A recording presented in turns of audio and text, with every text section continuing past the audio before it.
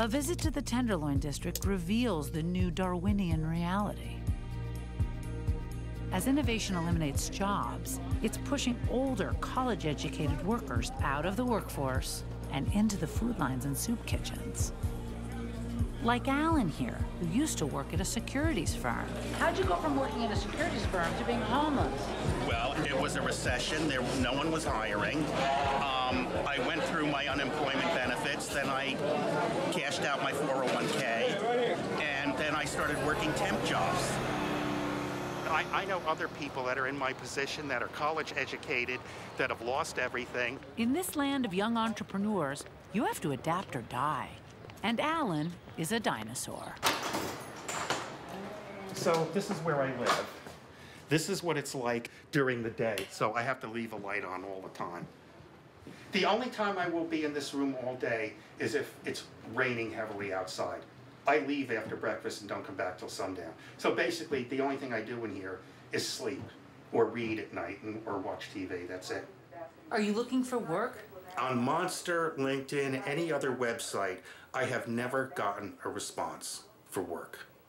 Never hear a word. I'm 61, I've got 2 college degrees, I've got about 30 years experience working in the corporate world, and nobody wants somebody like me. I'm on the tail end of my work life. I'm about to retire, so nobody wants to hire somebody like me.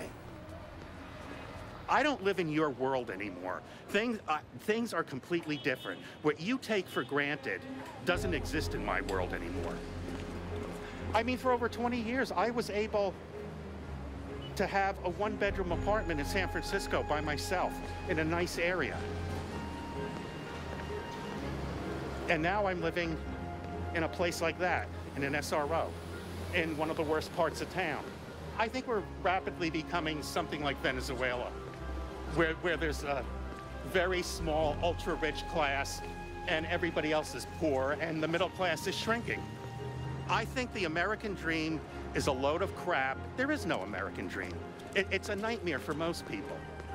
Now, there have always been homeless in San Francisco. We can't blame the techies for that. They're the obvious scapegoat in a much more complicated conversation about affordable housing and gentrification.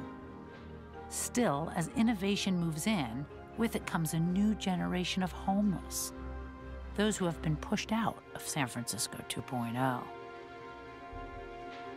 This is the dark side of progress.